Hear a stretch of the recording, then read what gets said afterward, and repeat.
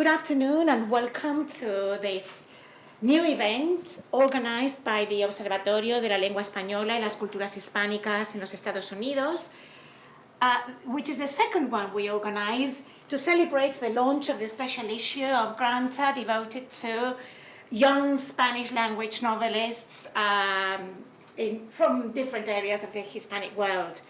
In 2021, this prestigious literary periodical from Cambridge University, published its second selection of emerging writers in the Hispanic world. I think the first had come out in 2010. 2010, yes.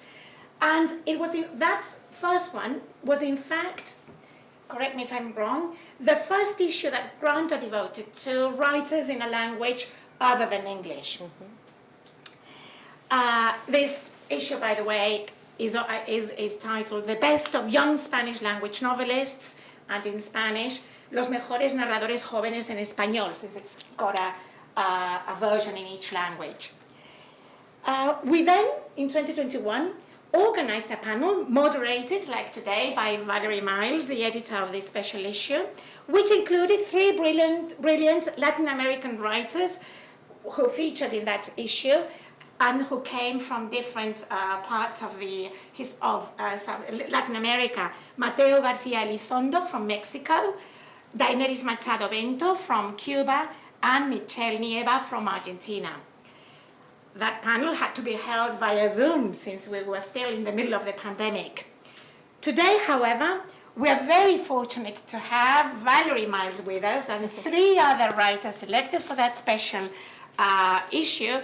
This time, all of them from Spain, David Aliaga, Alejandro Morellón, and Irene Reyes Noguerol.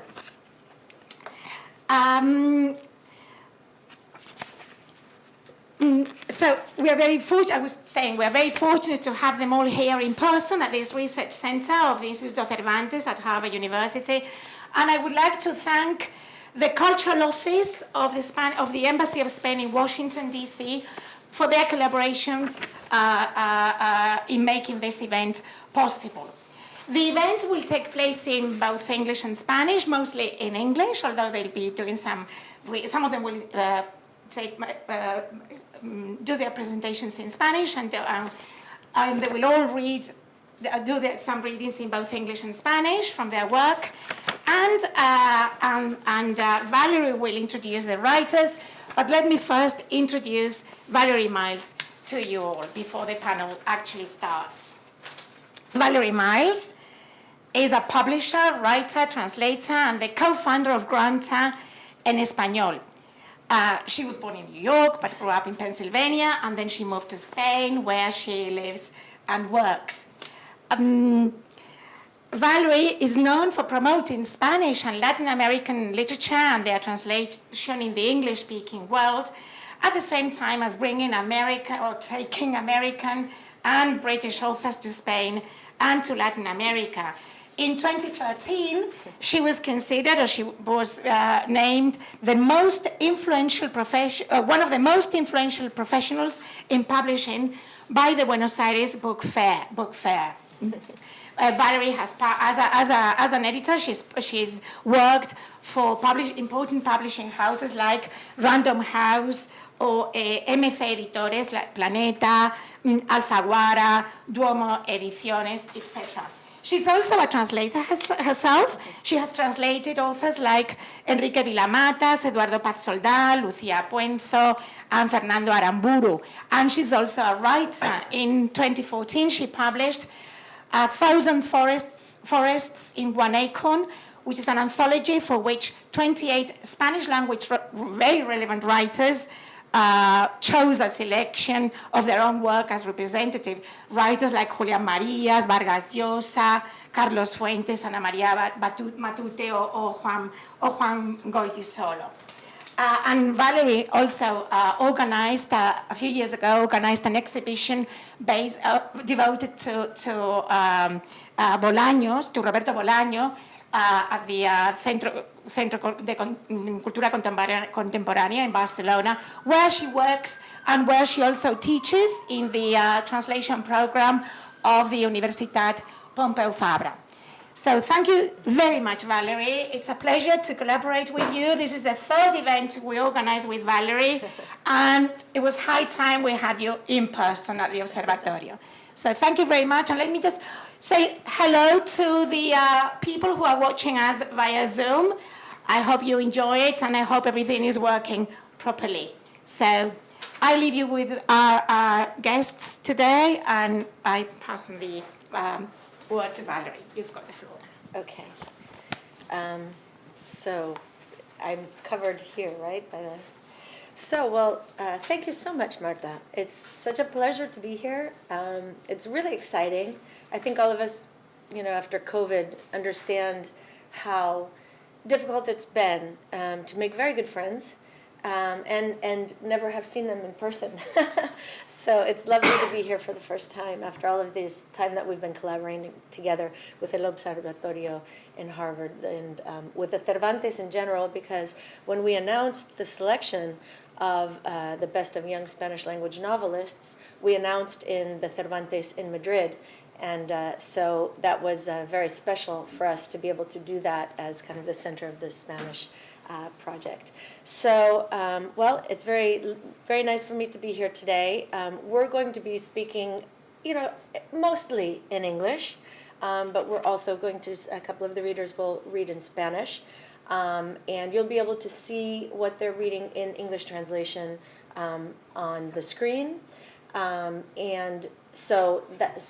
If anybody, when you're asking questions, we're going to leave a little bit of time for questions. So anybody who would like to ask a question, please feel free to ask the question in any language that you would like, and we will answer the question in the language that you choose. So, very bilingual event today.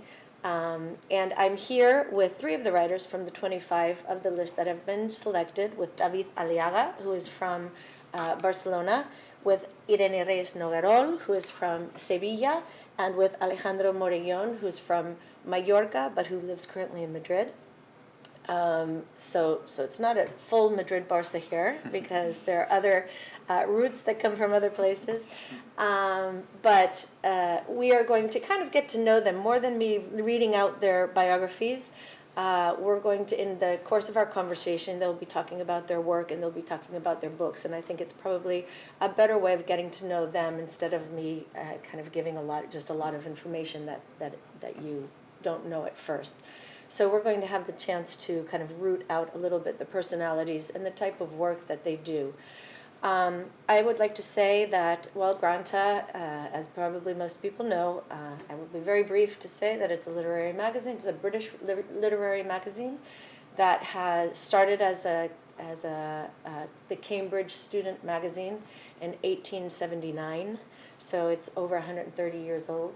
However, it was relaunched as the version of Granta that we know and love today in 1979 by a couple of very, I like to say in Spanish, aguerridos, warrior-like editors, American editors, who felt that the British weren't giving room to the young American writing that was coming up. And so they wanted to share with the British establishment the new American writing. And because of that, they began to publish in the form of a book. Granta comes out 4 times a year in the form of a book. And by doing that, they started a very, very vibrant transatlantic conversation in the English between New World and Old World.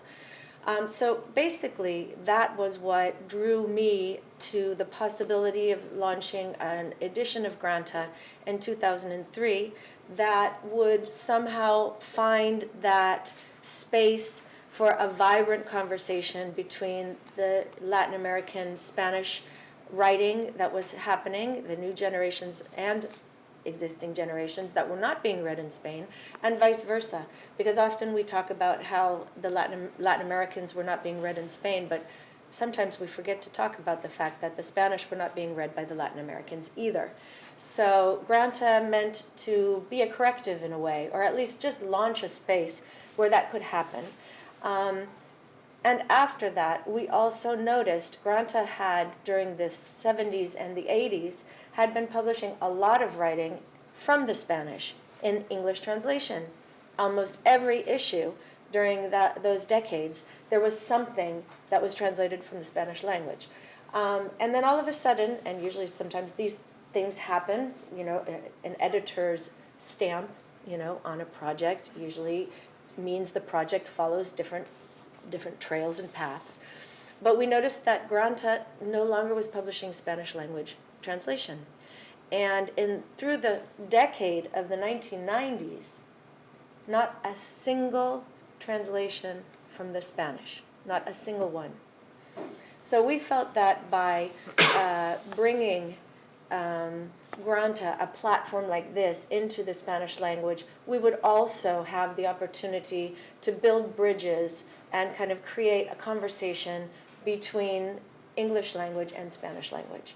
Not to mention the fact that eventually the model that we built with the Spanish language Granta has grown and prospered into a number of different languages. So now what grew as a conversation, transatlantic conversation, and an English and Spanish conversation has now, or I should say dialogue, has become a true conversation among many, many different languages. And in Spanish Granta, as well as in English Granta, we publish writers from all over the world.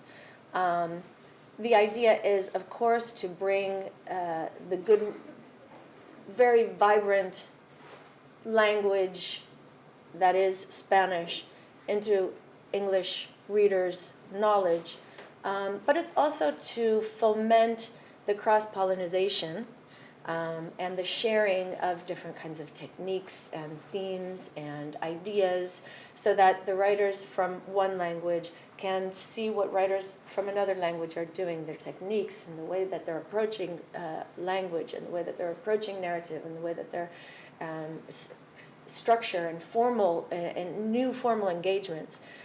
So that is Granta's mission, if I may. And now what we're here to talk about today is Granta began in 1979 first what Granta did, this new Bill Buford and Pete DeBalla, they declared the death of the British novel to young American editors in Cambridge. Okay, so that didn't go over so well. But then, right afterwards, they decided to launch the best of young British novelists. And that list that eventually came out in 1981 discovered writers like Kazuo Ishiguro, Salman Rushdie, Ian McEwan, Martin Amis, A.L. Kennedy, many writers that are household names today, and Nobel Prizes and Booker Prizes, etc. So we knew that we had to kind of first prove that we were doing a good job with Granta, but that eventually, that was always our idea, was we're going to make an issue that is the best of young Spanish language novelists, and we were hoping that we would persuade the British magazine to allow us to become a number in their collection, which they did. And that was the 2010 issue, where we, I don't want to say discovered, but we certainly gave voice to writers like Alejandro Zambra, or Samantha Schweblin, or Paulo Lois-Charac, Andres Barba, Andres Neumann. Many of the writers who today are winning prizes are, winning very important prizes and finalists for Booker Awards and finalists for National Book Awards, which we're very happy this year. The National Book Award has 2 finalists, one from the 2010 list, just mentioned Schweblin, and one from the 2020 list of Granta, which is Monica Ojeda. So we're saying, kind of makes us feel like maybe we're doing something okay. So let me just read a little bit from the introduction of this 2021 selection that has 25 of the writers that we chose as some of the most talented writers in the language today. And then I'm going to pass the word on to the writers, and we're going to begin a conversation. So, okay, so What stands out about this selection of young Spanish language novelists is the fact that the writer's work grows out of a single language that is expressed in 23 different nationalities, and the discrete infinity of ever more local permutations, regions, towns, villages, a single language with endless bifurcations of tradition, history, amalgams of races and religions and geographies, spanning 4 continents, Europe, North and South America, and Africa, because there's also in this list a writer from Equatorial Guinea.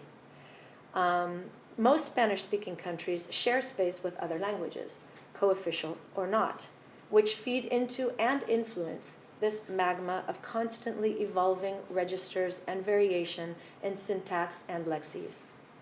Catalan, Euskera, and Galician in Spain, French, Portuguese, and Fang in Equatorial Guinea, among 6 other autochthonous languages.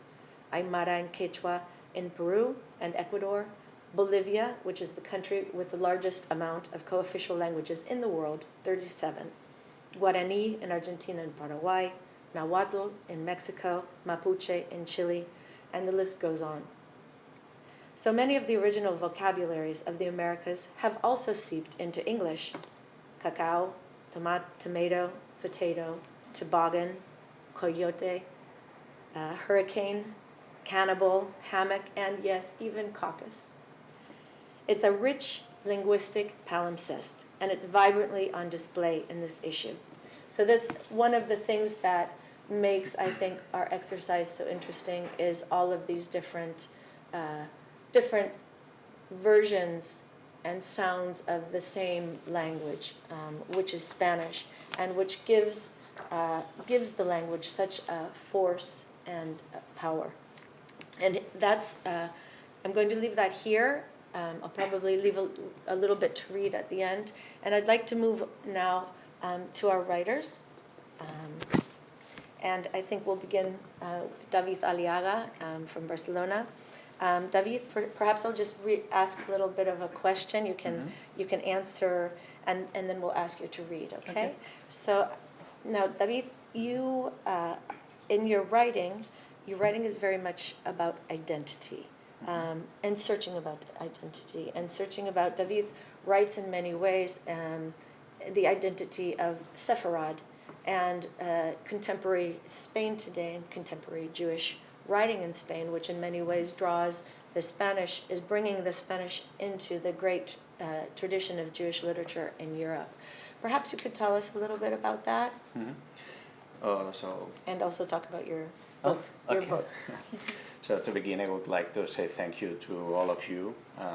We here in Cambridge have a very nice day to be walking around, and so it's always to say thank you to stay here to listen to us speak about our literature and about Granta.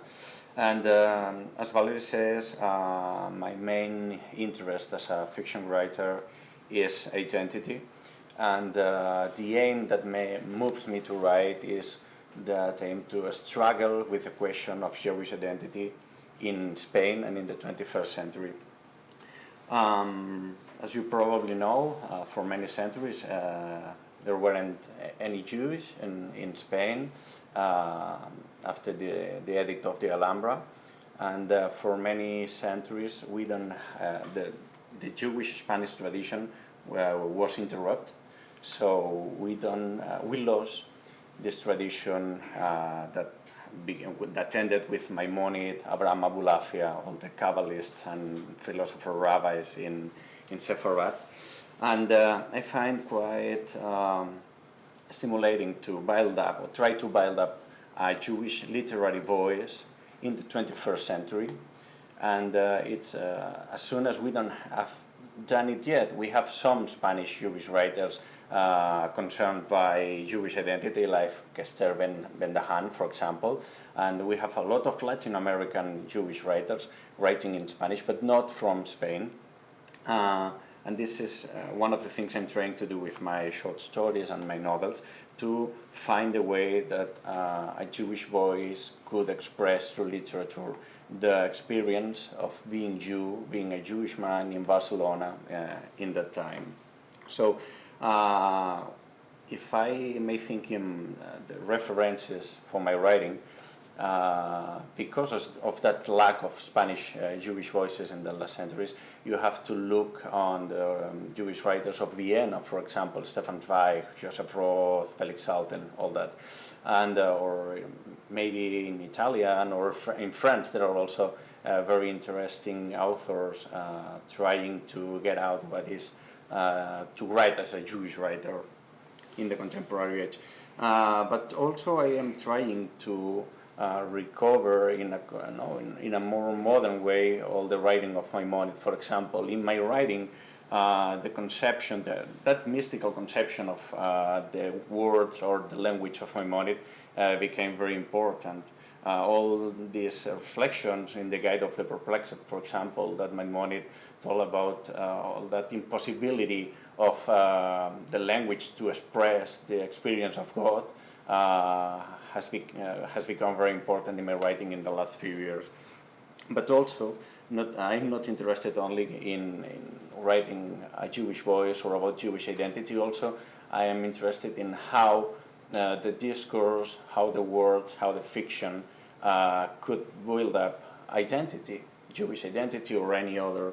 And it began when I was writing my master thesis about otherness and Jewish condition in Cynthia Ozick's books.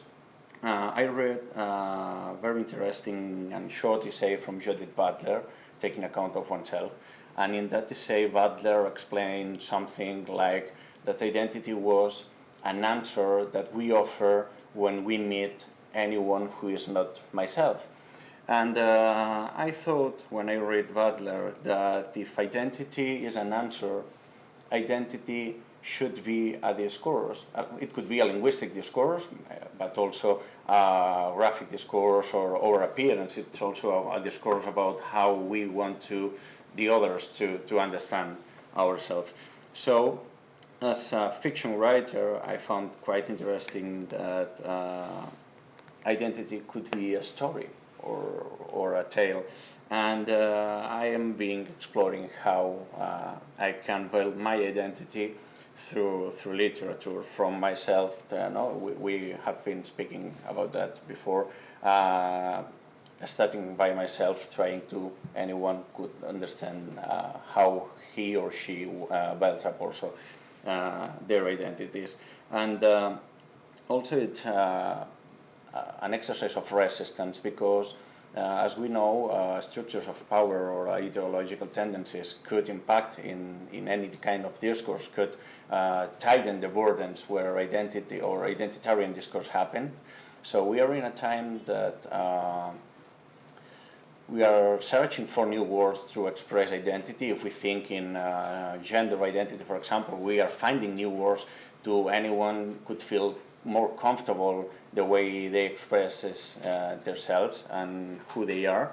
But also I find that there are some power structures that ideologically are trying to narrow that spaces. So I conceive my writing as an exercise of personal sovereignty or resistance, because I would like to, through literature, take the control of my own identity, of the discourse of who I am. And this is what I'm trying to do in the last few years.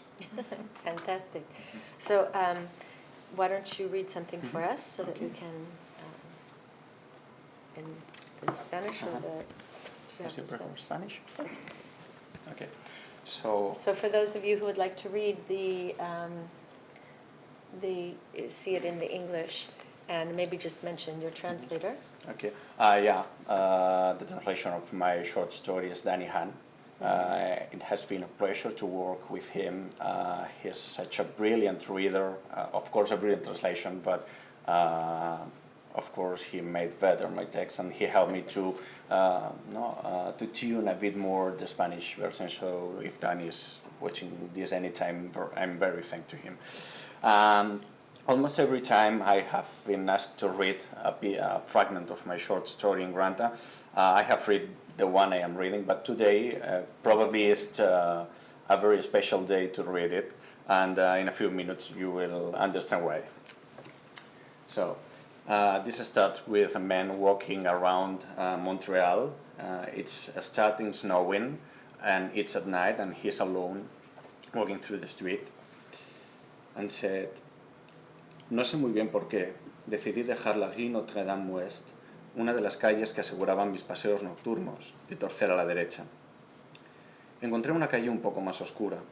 Las farolas se repartían en ambas aceras a intervalos más espaciados que la calle principal y parecía que los hombres y mujeres que habitaban aquellas casas de 3 pisos habían decidido irse a dormir aún más temprano. Salvo una mujer. Debía de ser 10 o 12 años mayor que yo, pero puedo estar equivocado.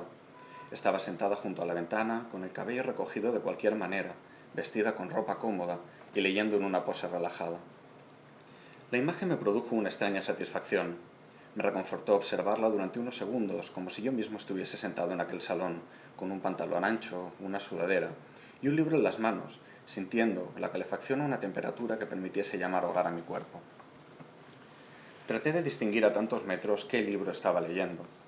La vista, claro, no me alcanzó, pero me sobrevino la idea de que leía a Annie Ernaux, o así es que quise completar la escena. No sé por qué Ernaux y no, yo qué sé, Modiano, mucho más melancólico y noctámbulo. Quizá porque la pasajera que había viajado desde la escala en Frankfurt hasta Montreal sentada en el asiento a mi derecha había estado leyendo Los años, y yo había curioseado indiscretamente por encima de su brazo, y me había parecido que Ernaux era una autora poderosa y delicada al mismo tiempo. Había descubierto que en sus libros habitaban la furia y lo sutil. Pero yo entonces no había leído a Ernaux más que los 4 párrafos furtivos del trayecto en avión, y no pude terminar de saber por qué había ubicado uno de sus libros en las manos cálidas de aquella mujer con el pelo mal recogido y ropa cómoda que leía en su apartamento. Debió de notar la lectora que alguien la observaba desde la calle, y aunque se hubiese podido distinguir mi mirada, hubiese descubierto, quiero pensar, una curiosidad franca, casi tierna.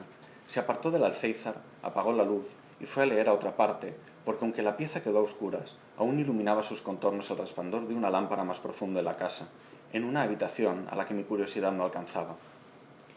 Eché a andar de nuevo y un par de travesías después se me pasó por la cabeza volver sobre el bandado y llamar al timbre para disculparme. ¿A quién le gustaría que la mirada de un desconocido se entrometiese en su intimidad? Que un par de ojos cuestionasen una escena cualquiera de nuestras vidas, preguntasen quién eres tú y por qué estás leyendo junto a la ventana, a esta hora, con esa ropa, con el cabello así mal ordenado, y qué libro lees, por qué ese libro y no otro, por qué estás sola y despierta cuando los otros duermen, qué dice de ti todo esto y qué puedo imaginar yo, que no te conozco de nada, pero que he comenzado a retratarte, a cerrar tus posibilidades de ser en torno a estos interrogantes que pronuncio con la absurda legitimidad de quien mira desde la calle al interior de tu apartamento. Pero eso solo hubiese sido más raro.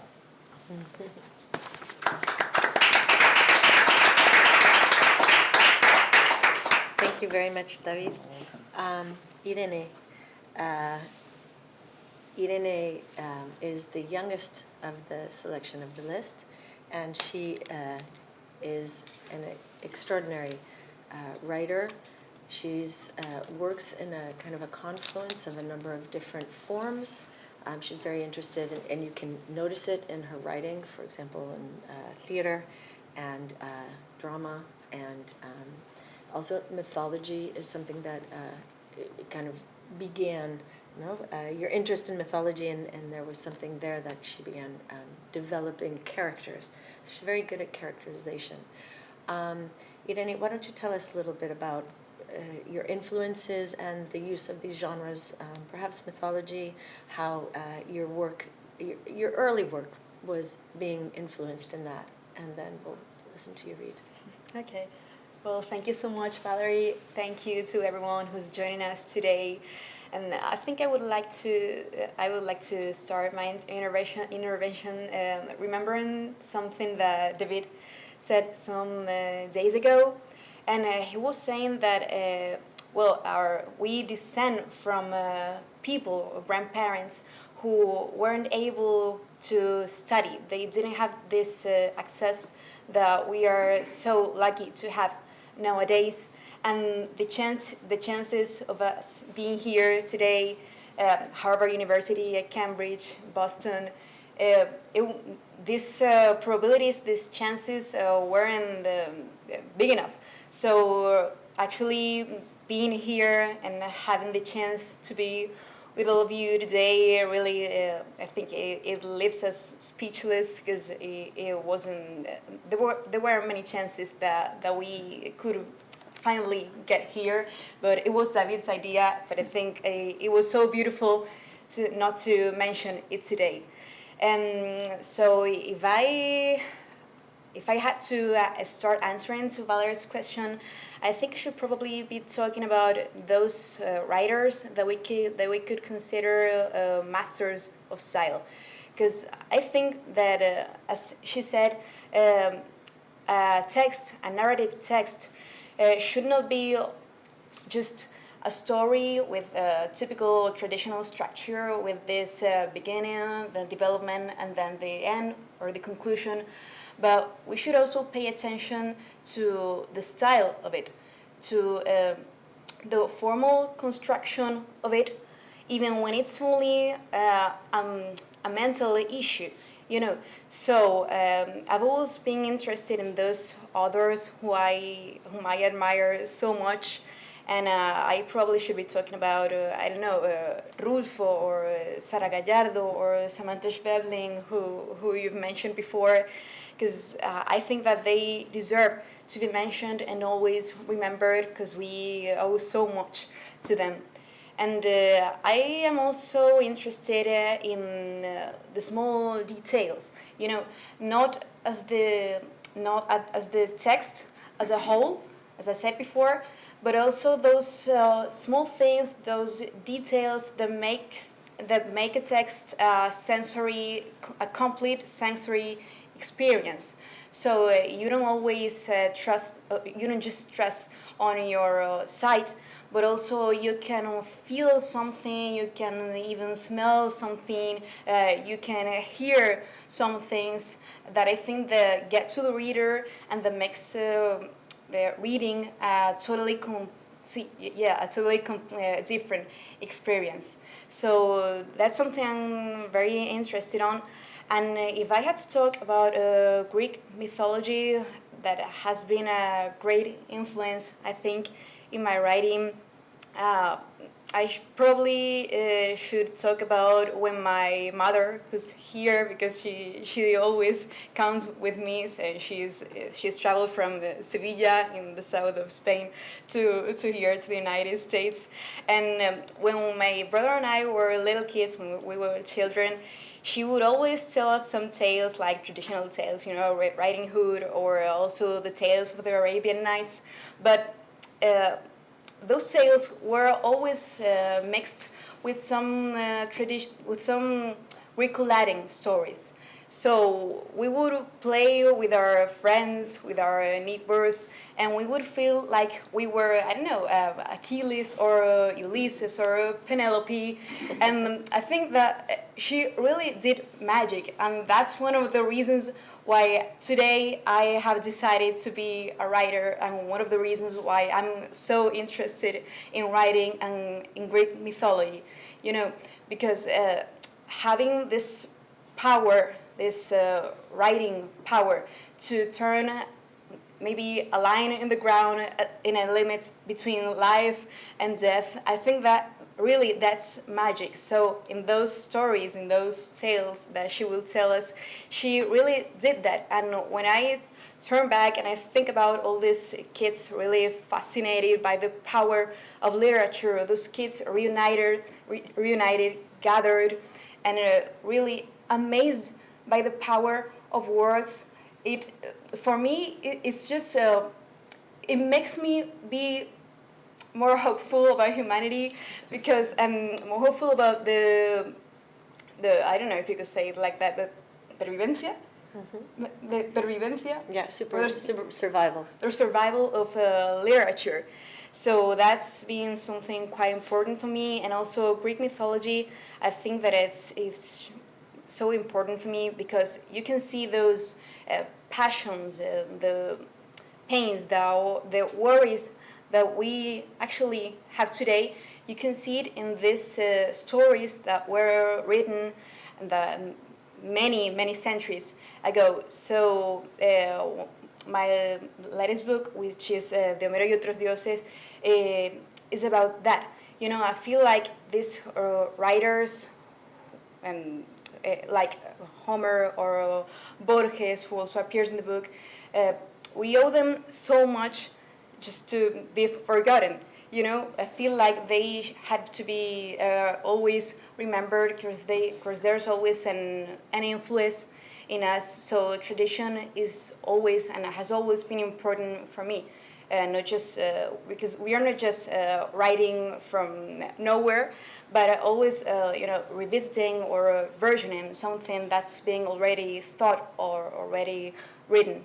And also, I think it's also important to talk about genres, as you said, because I actually love reading pure narrative. But the moment I sit down and start writing, I feel like I feel more natural or more spontaneous for me to try to find a mixture between narrative, poetry, and drama.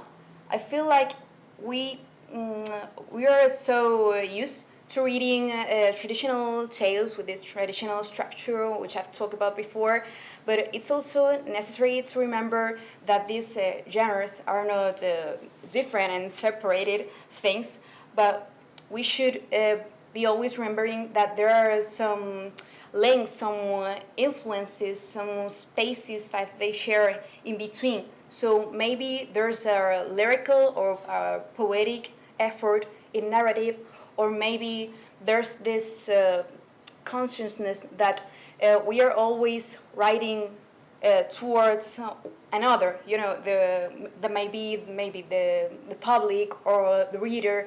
And I think that this is the connection that narrative can have with theater, with drama. So when I write, I usually try to have all this in mind, and yeah, that's what I usually write, and that's what is in the story that I sent to Granta.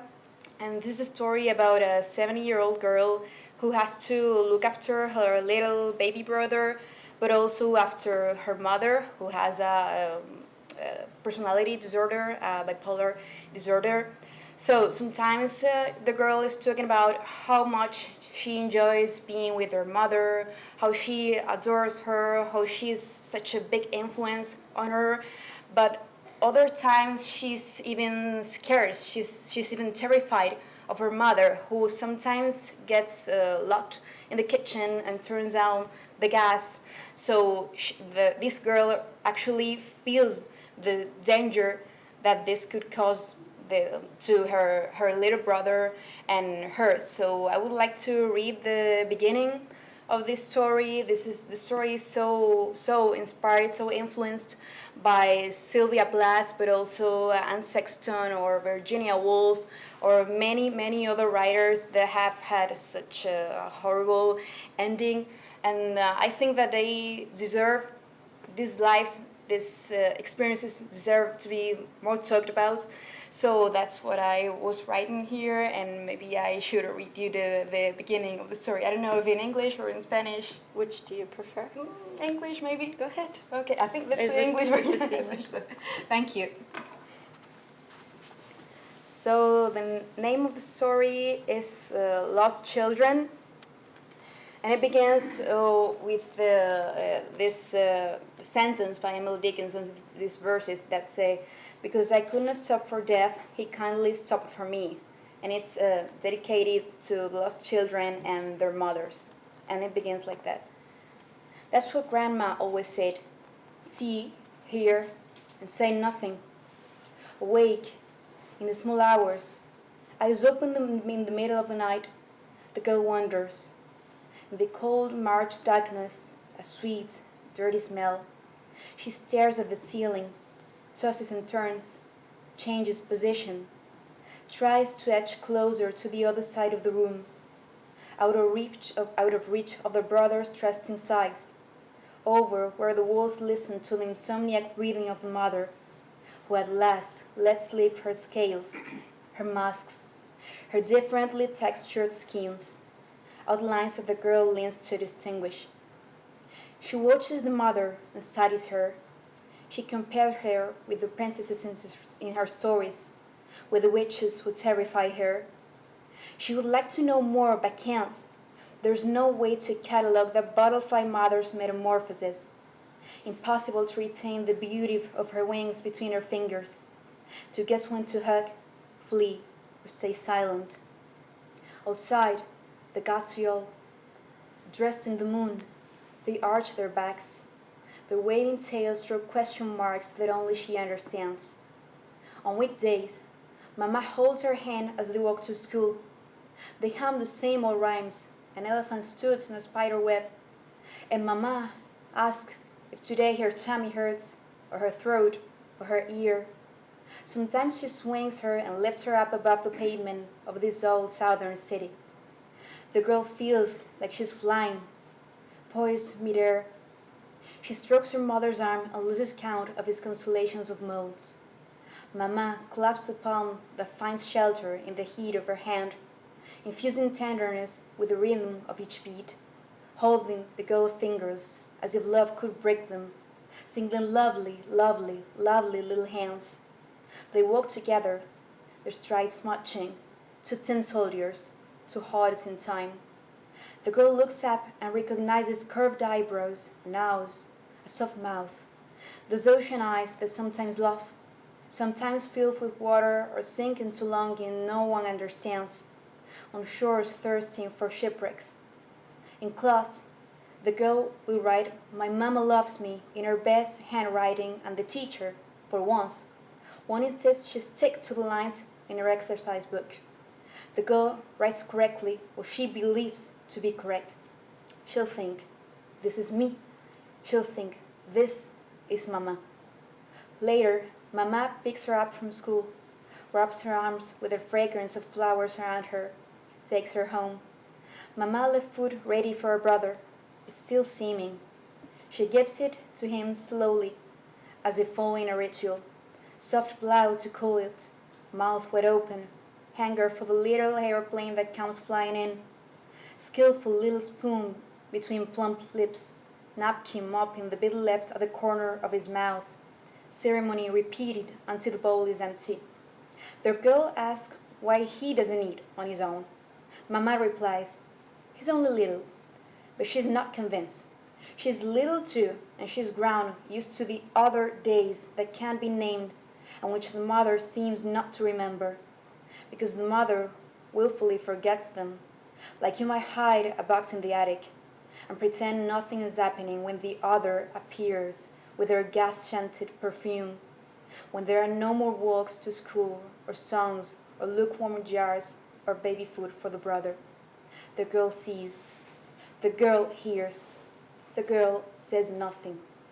Well, thank you so much. I just wanted to remember that this story was translated by Lucy Greaves, and it was such a pleasure working with her and having this chance to finally be translated into English. So thank you again so much.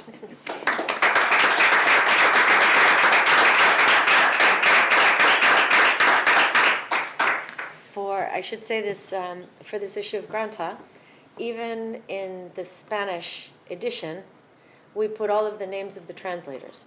They all had bylines, even though their work didn't appear, obviously, in the Spanish edition. But we felt that so strongly about the community that we were creating through this double issue that it was necessary for the translators also to be recognized in the Spanish language. It was really an exciting and extraordinary experience to do something like this because with the translators, we brought them in very much to work with the writers and kind of very specific pairings between some translators and other translators. Sometimes I knew exactly which translator's style had to go with which writer's style. Sometimes I would give translators a couple of different ones to see which they felt their own way of translating resonated, or the writers that they had been working with in the past resonated with the writing of the young writers. And there was a lot of ping pong. They would translate and then bring back the translation, and then I would work with the translators and then go back sometimes to the writers and say, well, this is in the translation, and I think maybe we should think about this. We didn't see this at first, and it's really interesting what they had to say.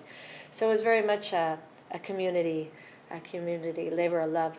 And I can say that the next issue of Granta, which is going to be out in about 2 weeks, is called Poéticas del Lenguaje. And in this issue, from what I read in the introduction, we decided to go into Spain and have a look at all of the different languages that are being spoken in Spain and how those languages coexist in one single space.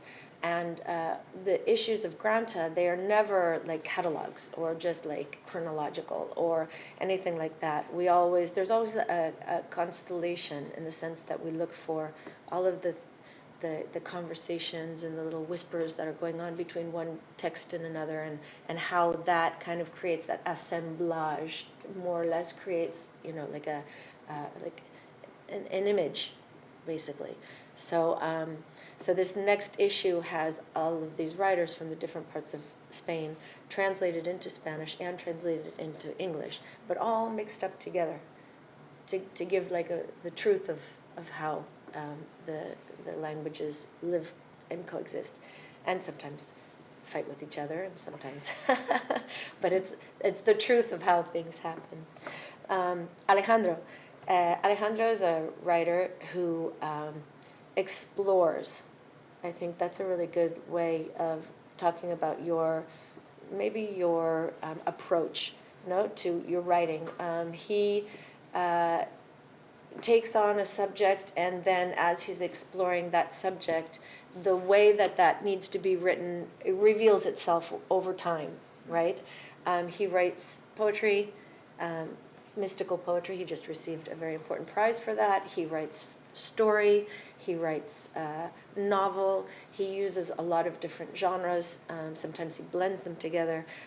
He is very much kind of experiments in form in many different ways, which is exciting, and I think very, very close to kind of your overall, right? Why don't you tell us a little bit more?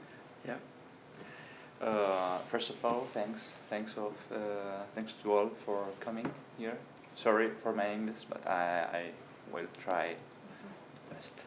And if not, feel free to. No. Yeah, you can speak Spanish. It's more comfortable. Yeah, for sure. Yeah, this is a bilingual center. Maybe I It could is a try. bilingual center. Okay. So Yes. as you. Maybe I could try, and Okay. if I As can't, far as you go. yeah.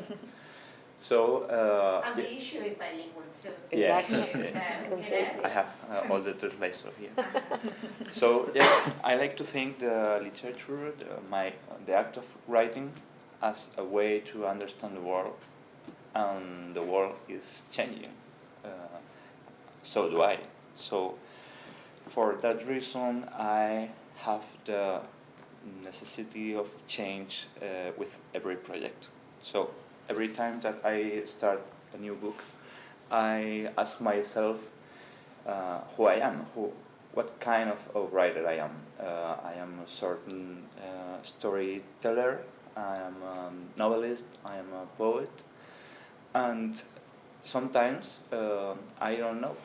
And it's precisely that thing that I find more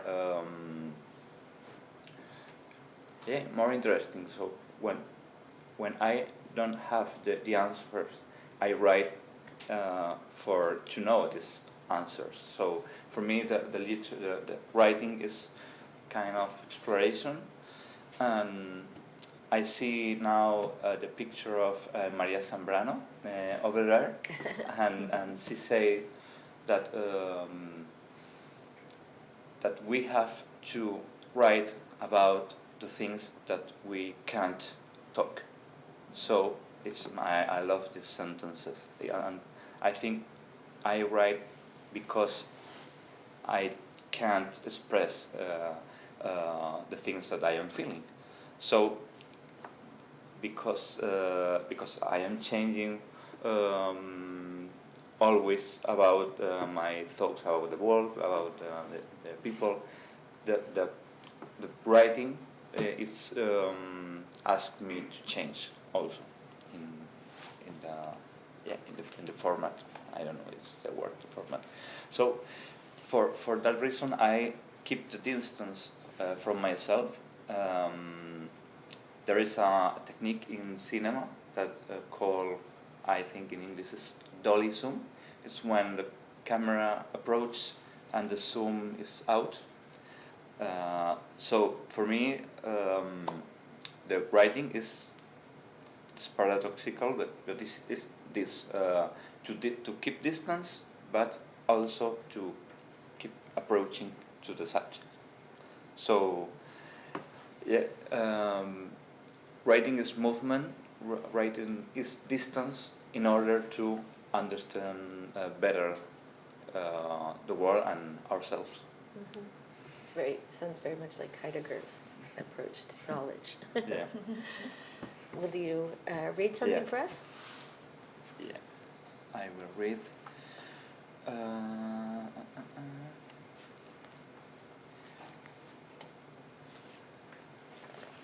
Okay. This is a dialogue. It's really a monologue because it's between the principal character, protagonista, and with her cat and her cat. Yeah. So.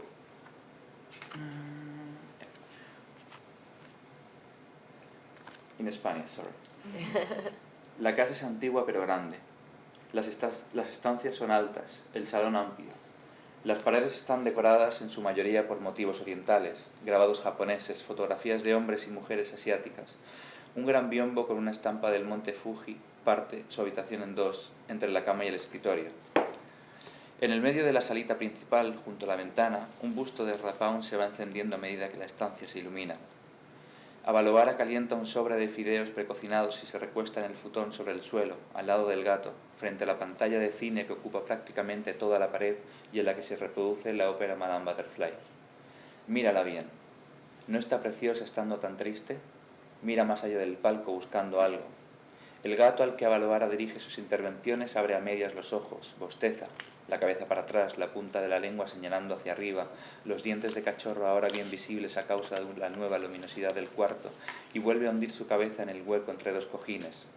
Chocho-san sabe a ciencia cierta que su angustia no le sucede a nadie más, porque es la forma que tiene de identificarse, de encontrar un estatus de desigualdad con el resto, a través de la diferencia de las pequeñas manifestaciones. Mira cómo la cantante se levanta en éxtasis. ¿Ves cómo entorna la mirada? ¿Ves cómo sonríe pero a la vez sufre?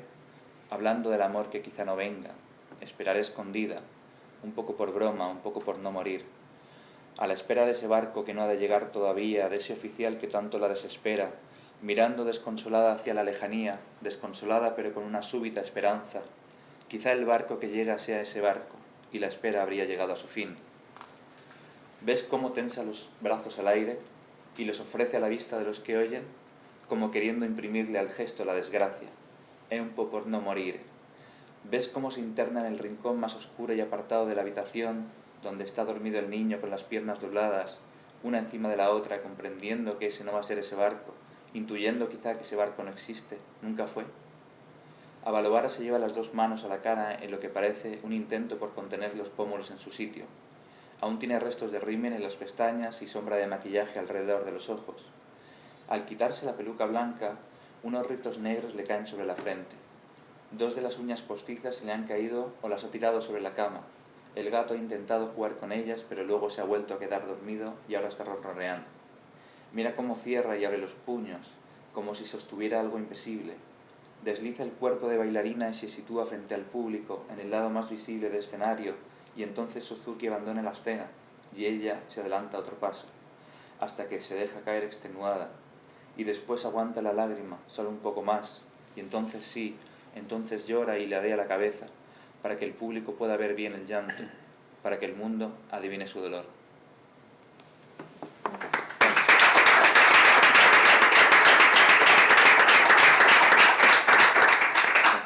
Okay, so we have about 15 minutes now that we can just talk amongst us, and then we'll open for some questions from the public.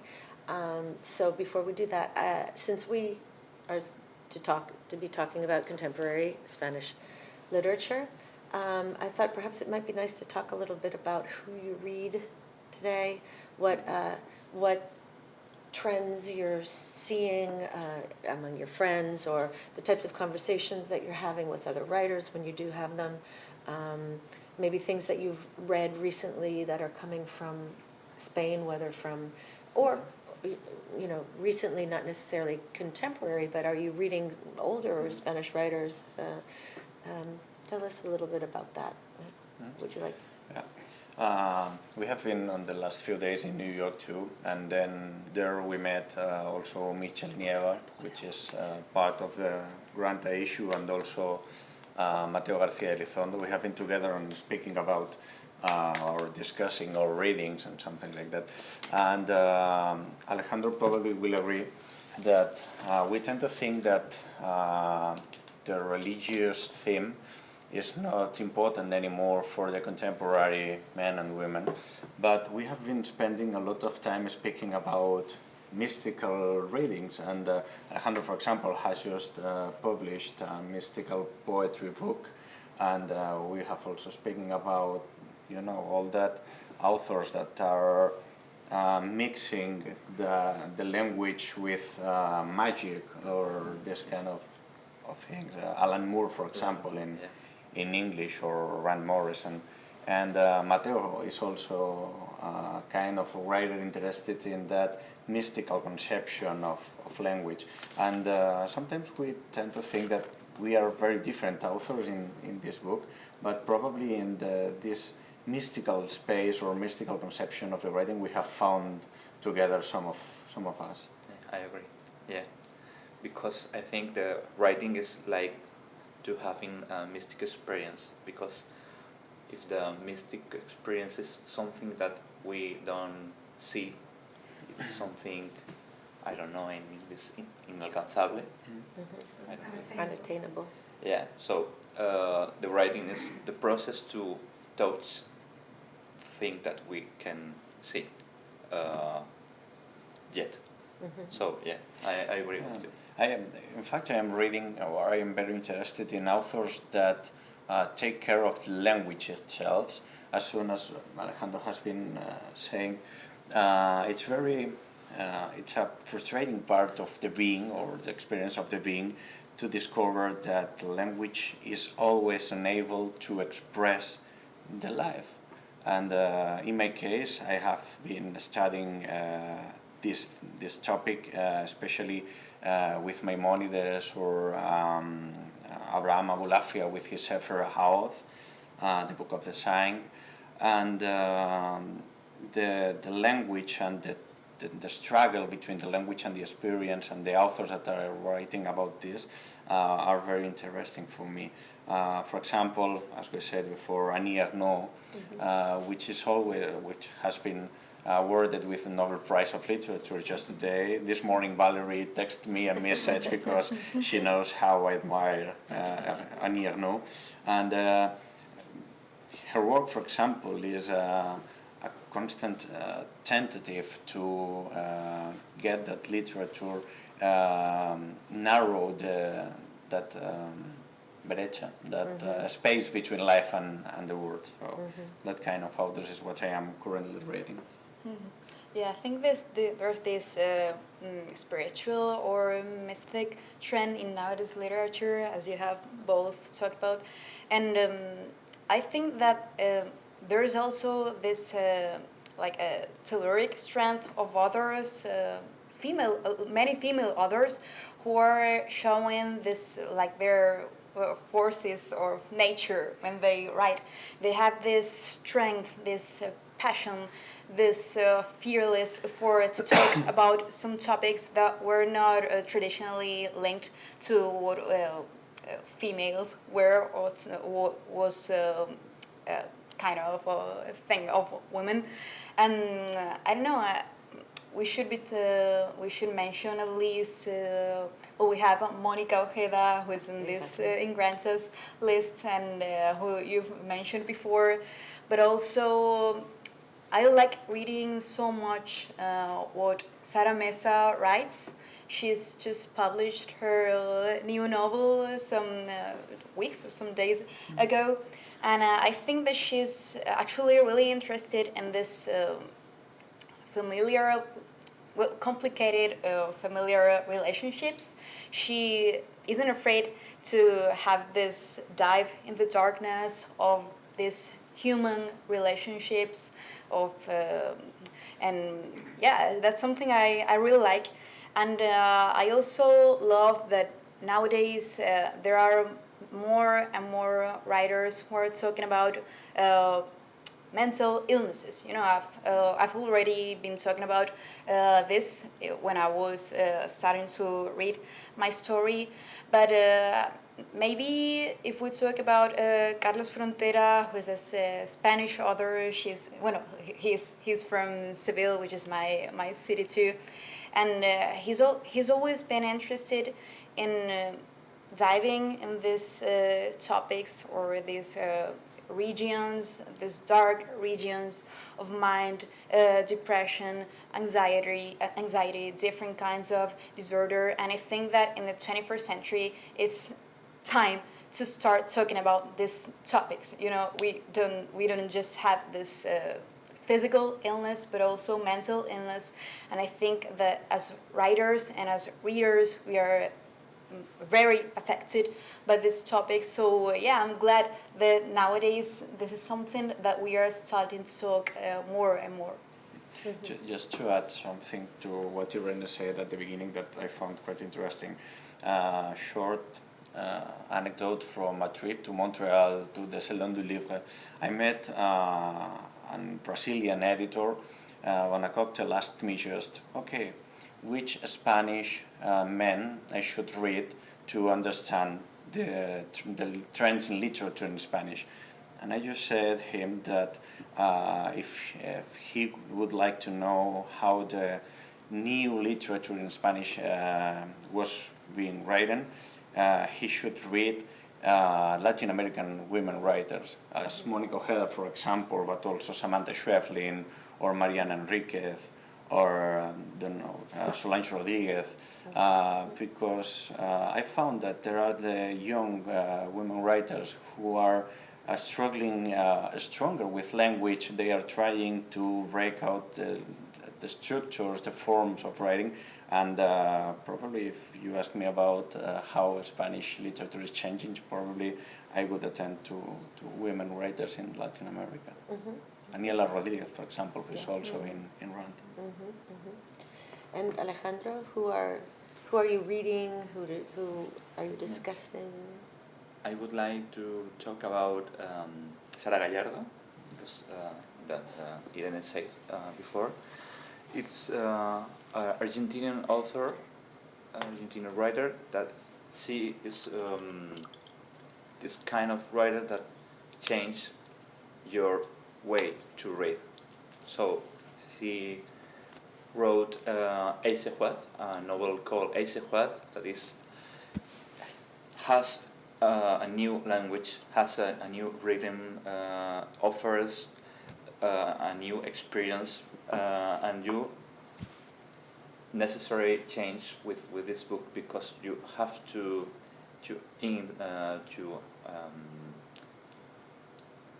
you have to become other person to understand, to get this novel, to get in this novel. So yeah, I would say Sara Gallardo is an indigenous writer, or maybe it's Rosario Castellanos. This has the novel Balloon Canaan. It's another great novel about the rebellions, the indigenous rebellions.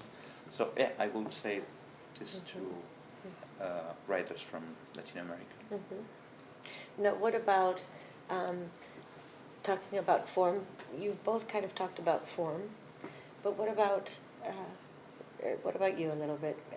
Formal, like, because I know that you're writing often. If you use transparent No, the idea of transparency, the idea of if somebody didn't know, they would think your work is autobiographical, and it's not. Of course not. This is just sometimes I use that auto-fiction trend, and I put my own name to my characters. But this is just a tricky thing, because literature is always about verisimilitude. About Verisimility. verisimilitude. Yeah. So literature is always about verisimility. So as soon as all the people, I think, I'm sorry to say, but it silly, started to confuse the author with the character, the narrator with the author, I decided that it was quite funny to try to take profit, literary profit of this, and some characters are named after me, just because some readers trust more the story. Yeah, okay, nice place to make a confession. Anyway, but about the form, as a reader and sometimes also as a writer, I usually think that the best thing that can do an author is to pasar desapercibido, to try to not to be noticed through by the author, by the readers, and offer as pure as you can an experience of your reading. So I try to make this kind of, I try to write this kind of voices that try not to be noticed, and to invite to the readers to have an experience of the text, to live the text, and not and forget that they are reading in front of a book. They have a book in their hands and they are reading. Despite sometimes I also read and admire some strong voices in literature, but this is the kind of narrators I'm trying to write. I am also struggling to narrow this space between life and word. You say in that book, Mario Vargas Llosa said that it's always, siempre hay, la cita es algo así como siempre se transforma al pasar de lo sucedido a lo narrado, ¿no? From the what happens to what is written. So I'm working in finding how literature offers us tools to make this difference shorter. And of course, I'm not the first trying to do that. Maimonides said that it's impossible to save this space, but maybe we, as writers, can try to make it smaller. Mm-hmm. I think that's one of the truly genius things that Bolaño did, no, with his story Sensini, was that instead of going from life to literature, he went from literature to life. No, the fact that he wrote a story about writers who are competing to win a prize, and the story he wrote about writers competing for a prize won a prize, right? So he jumps from life to literature. Usually we talk about life to literature, and he did life to literature and literature to life, no? Which, of course, there are not always that many geniuses like Bolaño was. Before we end and open for discussion with the public, perhaps you could tell us a little bit about what you're working on now. Well, it's a difficult question because, as I said before, I always changing. So now I am working on the other hand. First, in this novel, but on the other hand, I am working in a new novel about a father who raptured his children. Lo voy a decir en castellano. Sí, dilo en castellano. Actualmente me encuentro escribiendo una novela sobre un señor que rapta a sus propios hijos para llevarlos por una ruta por pues una ruta andina para seguir los diferentes accidentes astronómicos, porque tiene la sensación, o sea, cree un poco en que los eclipses de sol, las lluvias de estrellas, todo es una especie de conjugación, un lenguaje que tiene que entender y que tiene que hacerles entender a sus hijos. Entonces, claramente es una persona que desvaría, que entra en una especie de delirio egomaníaco en el que bueno, acaba raptando a sus propios hijos y de su madre, porque los separa de su madre sin consentimiento, y los lleva por todo un viaje desde Colombia hasta Argentina, instruyéndolos sobre lo que él cree que es la verdad a través de la luz y del movimiento de los astros, ¿no? Como una especie de viaje alquímico, o que se acerca mucho a los gnósticos cristianos, con ese empleo de la simbología y digamos de la astrología también, ¿no? Como entender la vida a través del movimiento o de los fenómenos astronómicos. Y bueno, la verdad es que es la primera vez que voy a intentar escribir algo largo, porque tanto mis libros de relatos como mis novelas, que han sido cortas, como mis poemarios, han sido en un formato muy pequeño, muy breve, pero ahora voy a tener que situarme en esa, digamos, en esa tarea de prolongar un texto durante mucho tiempo. Entonces, bueno, es un reto para mí, a ver cómo me encuentro en los formatos más largos. En eso estoy. That's interesting. That's interesting. You're going to struggle now for the monumental. No, it's time. It's time. Yeah. Great. And Irene, what are you working on now? Well, I think that's so interesting. I didn't know you were working on it, so now I look forward to reading it. Yeah, that was interesting. Okay, perfect. Well, I have one reader. for sure. Well, I'm currently working on a new collection of stories that have in common this what I mentioned before, this difficult, familiar, or human relationships in general, the links, the relationships between a father and a son, or between friends, or the influence that a grandmother or a great-grandmother can have in her descendants. And well, I have this very, very slow creative process. So I know that there are writers who write like this, like in a very systematic way, and I admire and envy them so much because I don't feel like for now at least, I don't feel like I'm capable of writing every single day for some hours, for a specific time at least.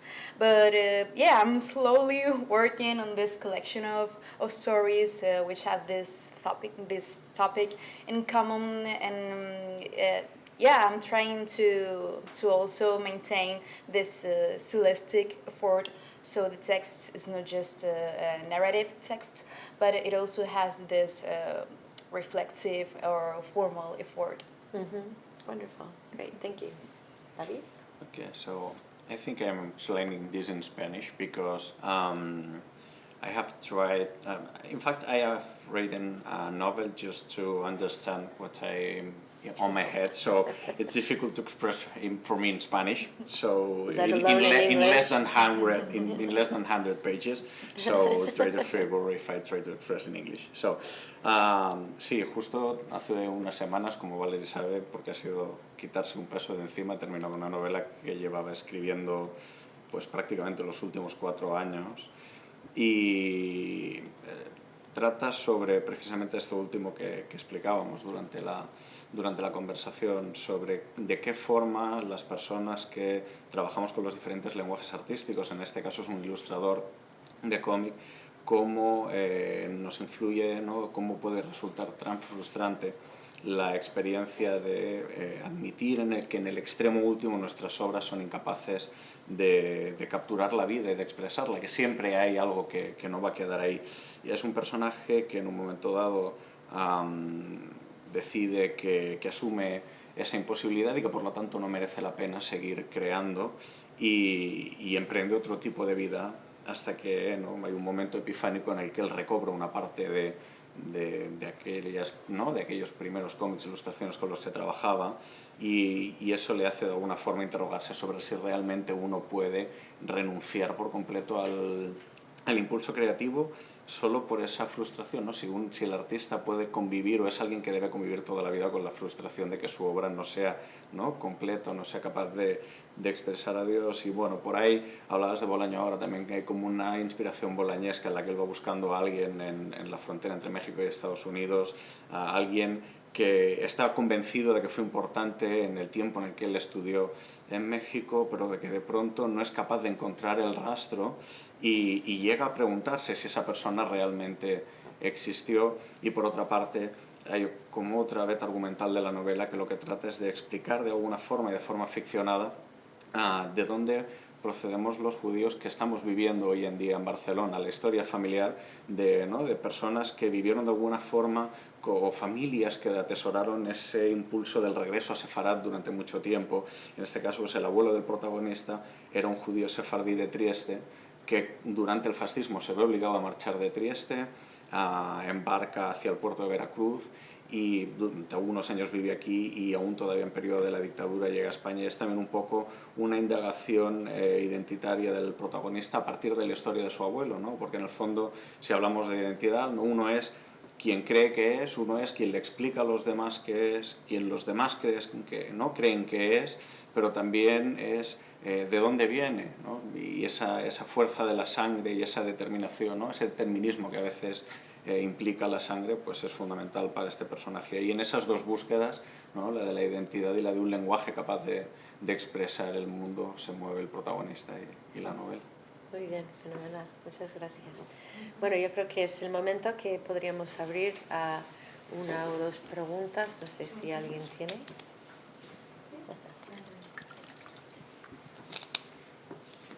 Buenas tardes. ¿Os puedo tutear? Por supuesto. Por supuesto. No somos tan Faltaría mayores. más. Somos jóvenes. Primero, enhorabuena. Yo no os conozco para nada, os quiero decir la verdad, pero desde hoy en adelante voy a empezar a leer las obras vuestras. Qué bien. David, primero, si me permiten, a todos. He visto que mencionas a Modiani. A Patrick Modiano. Modiano.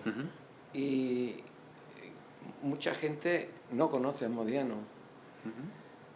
Y me parece extraño. ¿Cómo es que conoces tú a Modiano? Bueno, probablemente a Modiano lo conoce más gente de lo que pensamos, sobre todo desde que le dieron el premio Nobel de Literatura. Patrick Modiano, de hecho, yo creo que es el último autor francés que lo recibió justo antes de... Entonces de es ¿no? otro Modiano. Ah, ok. Hay un Modiano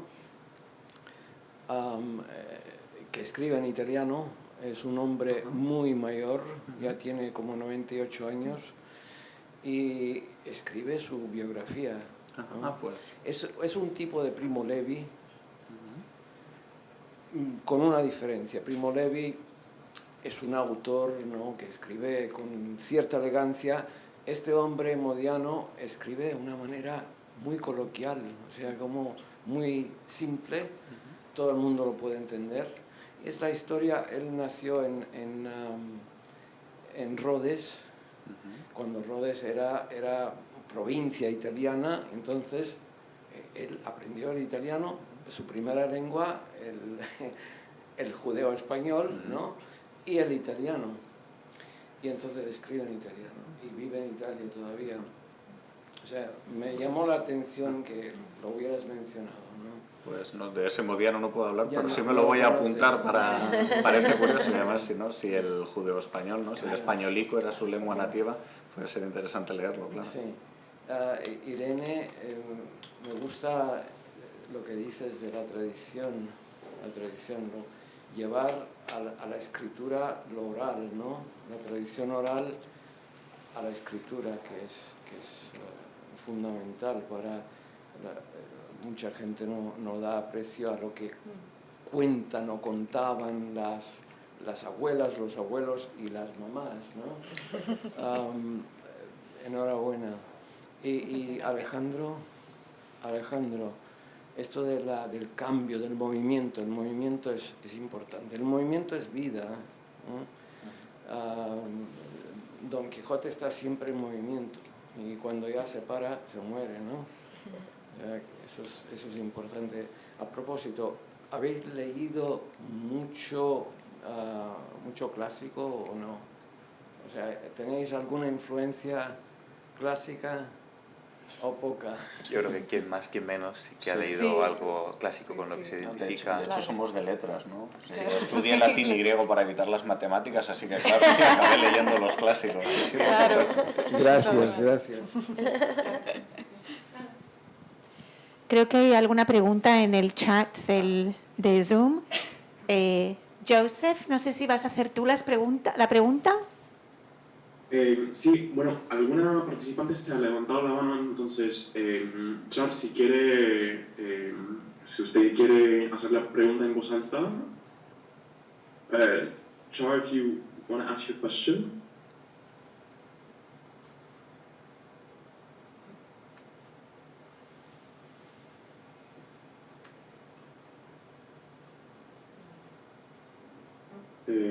Bueno, a lo mejor... no sé. Bien, A ver. ya está. Ok, genial. ¿Me podéis oír bien ahora? Sí. Sí.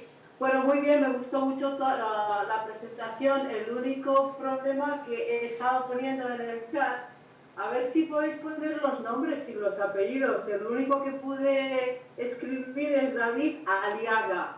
O sea, no, porque cuando lo dicen, yo, bueno, a veces no me entero. Entonces, pero me gustó mucho, gracias. Y tengo una pregunta, porque estáis hablando sobre la literatura actual de España. Entonces, me alegro mucho que hayáis hablado de literaturas diferentes, ¿no? Alternativas, como es la tradición judía. Pero yo me pregunto, como España es un país que es un crisol de culturas, un país de migrantes, ¿no? ¿Podéis hablar un poco de las otras literaturas, por ejemplo, de otras razas, literatura de africanos? Yo he estado trabajando, porque yo trabajo con literatura de mujeres y hace unos años trabajé con literatura de asiáticas, de una sevillana, por cierto. Entonces, ¿podéis hablar de estas literaturas que no habéis hablado, por favor, en España? Yo puedo comentar, quizás, pues he estado, hablo en castellano, sí.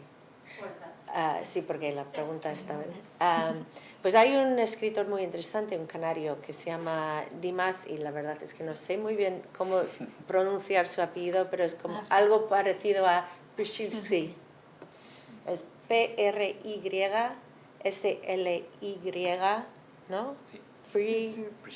P-R-Y-C-H-Y-S-L-Y-Y.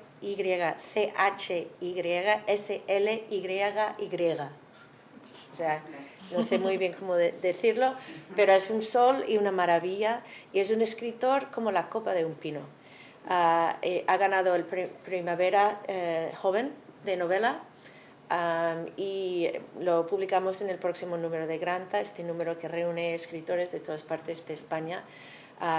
Y bueno, pues solo puedo decir que es un escritor que escribe desde, bueno, pues de muchas tradiciones juntas. La verdad es que se le nota que viene como, hay una exuberancia como muy de la literatura rusa. Él es ucraniano, pero su tradición viene un poco por ahí, pero mezclado con pues un escritor que es de las Islas Canarias, pero que dice siempre, pero tengo Sevilla en mi corazón, con lo cual yo creo que es un escritor que se puede ver y mirar con mucho gusto. Y el otro escritor, pues el africano, que se llama Stanislao Medina Huesca, que publicamos en este número de Granta, es de Malabo, y tiene una novela que se llama Suspect, tiene otro que se llama el mono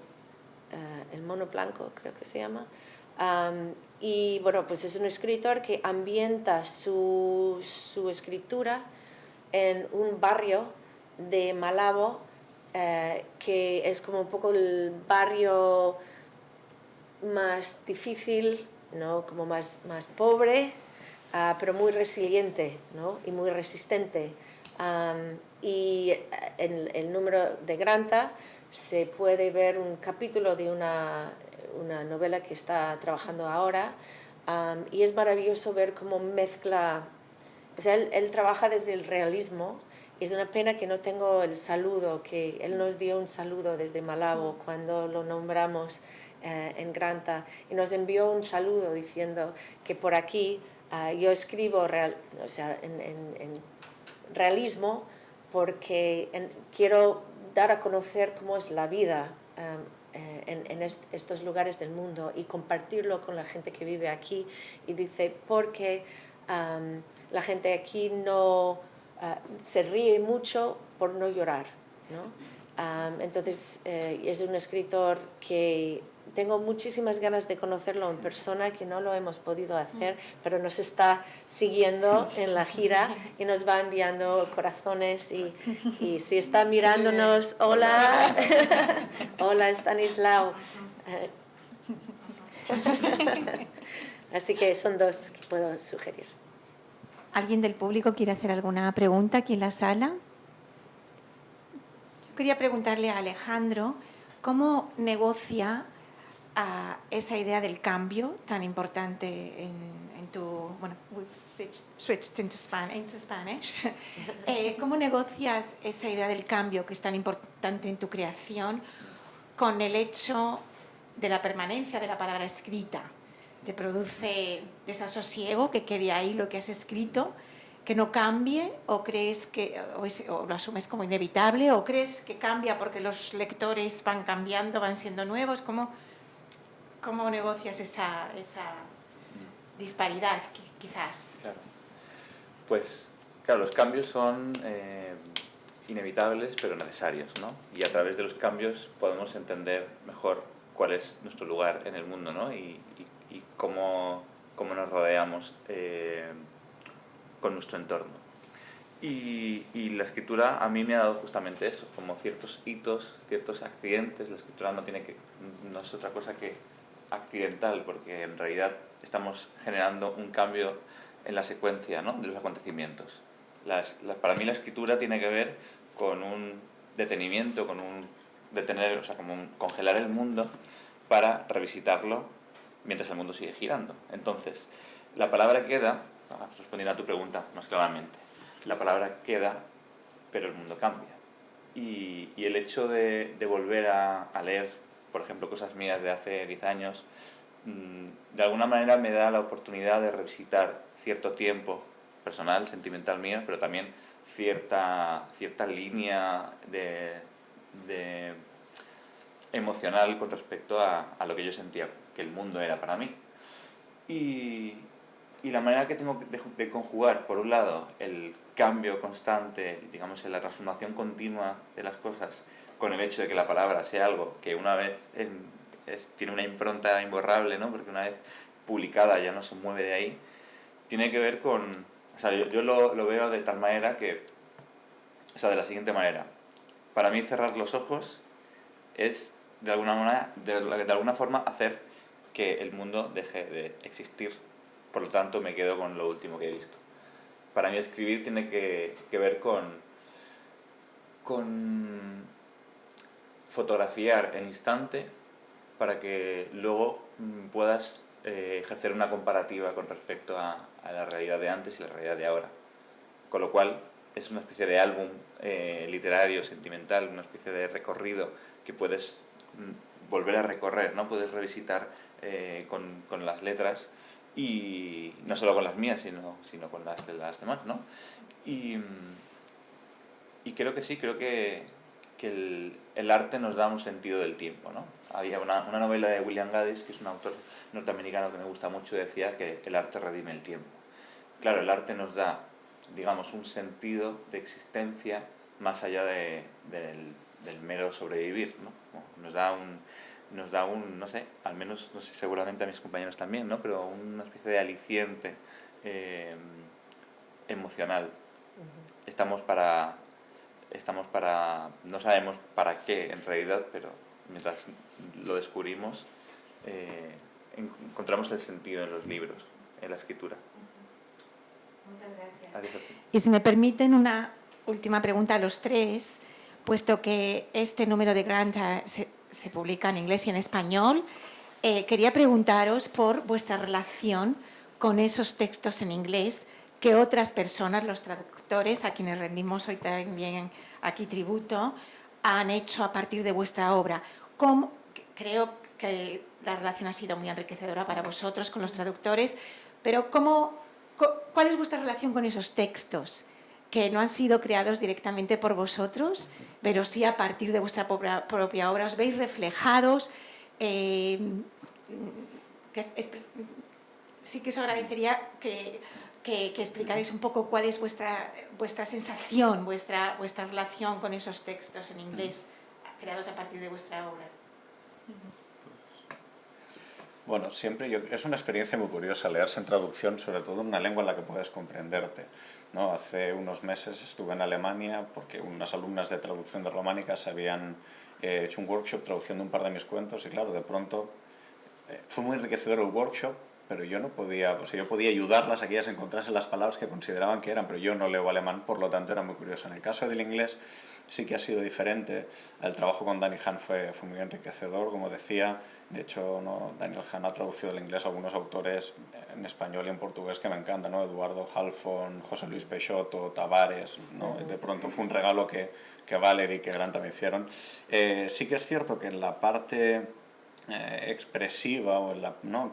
Uno no acaba de verse porque evidentemente uno no piensa y se expresa en otra lengua que es el español y de pronto hay como una pequeña, ¿no? Un momento de disrupción cognitiva porque eres tú y es tu discurso pero en una lengua que no es tu lengua materna, pero por otra parte y por suerte la literatura no tiene solo que ver con eso, no hay una cuestión de ritmos, de cadencia, de musicalidad y en todo eso, en mi caso al menos, que Dani creo que sí que hizo un muy buen trabajo con ello, uno a lo mejor no se está reconociendo en los términos en los que se expresa o en las estructuras sintácticas, pero sí hay, ¿no? Un ritmo que reproduce la misma voz que en el español a pesar de que le esté adaptando a otra lengua. Entonces, bueno, creo que como autor, y no sé si estáis de acuerdo, pero sí, es una sensación bien curiosa leerse en otro idioma si puedes comprenderlo, ¿no? Si no puedes comprenderlo es una cosa vas a ciegas, exacto. Sí, no sé. Bueno, de hecho fue una lectura pública y era muy curioso, es la primera vez que pude dedicarme mientras leían en alemán y iba mirando las caras de los lectores, que es algo que uno no puede hacer normalmente, y bueno, como las caras eran de más o menos de satisfacción, pensé, pues si no se parece al original pero está bien, a mí me sirve. Y Alejandro tuvo la oportunidad el otro día en NYU de leer con su traductora presente, Esther Allen, la gran Esther Allen, que es una súper traductora, y pues él leyó en español al lado de ella, que leyó en inglés, con mucha, además, ¿verdad? Y a mí me impresionó porque pensé, ella sí que siente propietaria de este texto. Sí, ¿verdad? Yo creo que activamente Sí. se ha instalado en el texto, ¿no? Porque además me dijo que lo había sentido de cerca desde el principio y claro, se habla mucho del lost in translation, ¿no? De lo que se pierde en la traducción, pero para mí la traducción es el arte de la recreación. A veces, o la mayoría de veces, el traductor no se dedica únicamente a transcribir palabra por palabra, sino tiene que entrar en el texto, tiene que comprenderlo y tiene que recrearlo, ¿no? Tiene que generar esa traslación también de manera sentimental, no únicamente lingüística. Y a mí me gusta mucho el hecho, porque me preguntabas antes lo de la palabra que queda allí para siempre, pero claro, el libro deja de ser mío cuando yo lo publico y el libro se transforma con cada lectura, pero empezando también por la traducción, ¿no? La traducción transforma el libro y de alguna manera ha dejado de ser mío para ser un poquito de Esther Allen y eso creo que el texto lo enriquece. Sí, yo creo también que como estáis diciendo vosotros es una experiencia muy curiosa el verse traducido, sobre todo como comentas tú, David, a una lengua que uno entiende y es verdad que al principio hay esta duda sobre cómo va a ser exactamente el proceso, el paso de un idioma a otro, ¿no? Porque tenemos un código diferente, una estructura sintáctica diferente, los periodos del español y del inglés a nivel literario pueden llegar a tener ciertas confrontaciones, pero creo que siempre es interesante tener esta oportunidad de ver cómo se transforma, como ha dicho Alejandro, una obra, ¿no? Que al final creo que la literatura, la escritura es más bien como la energía, ni se crea ni se destruye, simplemente pues, se transforma. Y la traducción creo que es una de las mejores oportunidades que tenemos de ver cómo nuestra propia obra pasa a manos de otra persona, cómo esa persona la va haciendo suya y cómo luego es capaz de transmitirla a los lectores que nosotros en principio no teníamos en mente, porque claro, nosotros escribimos en un idioma y nunca tenemos conciencia de si el texto que hemos escrito va a llegar a traducirse a otra lengua o no, así que sí, de verdad es una oportunidad maravillosa que nos ha brindado aquí Valerie y Granta el poder haber sido traducidos al inglés y sí que, vamos, ojalá poder repetir en algún momento porque de verdad que ha sido algo muy interesante. Bueno, pues vamos cerrando entonces. Solo quería leer el último párrafo de la introducción como a modo de cierre. Vuelvo al español, digo al inglés. Bueno, okay, so since it is bilingual, we're going to now jump into English. And the paragraph reads, art lives upon discussion, Henry James said, upon experiment, upon variety of attempt, upon the exchange of views and comparison of standpoints. This is what allows us to transcend mere cultural milieu and touch the universal. Those of us who dedicate our lives to the arts, and particularly to literature, know this is the reason we do such a thing. For the geometry of transformation, for correspondences, the connections, the existential bridges to the realm of the other, to myriad endless adventures of human experience. So that's what Granta tries to bring, and I think literature in general, and it's really just, I want to say thank you very, very much to Marta, to the Observatorio, to Cervantes, to Harvard, also to Acción Cultural Española, to the Embassy in Spain and the Spain USA Foundation, people like Miguel Albero, because really without the opportunity, without the public institutions sponsoring and supporting the arts and literature, we would never have a chance to do this kind of exchange that is so fundamental and so important. And bringing the Spanish to the English and the English to the Spanish and to other languages requires that we have this opportunity to discuss and to share. So thank you very much, and thank you very much, and thank everyone for being here. So thank you Valerie, thank you David Aliaga, thank you Irene Reyes Noguerol, and thank you Alejandro Morellón, and thank you everybody. Thank you those of you who have been following us online. I think it's been a pleasure. It's been so interesting. It's been really special to have you here. And good luck with your tour. They're going to Minnesota now. Yes. Tomorrow, I think. Yes. Yeah. Minnesota, and then Dallas, Houston, and San Francisco. So we still have a good part of the tour left. So we're very grateful for your presence here, presenting your work, and I'm sure this is the beginning of a very promising literary career that you will all three have. So thank you so much. Thank you. Gracias.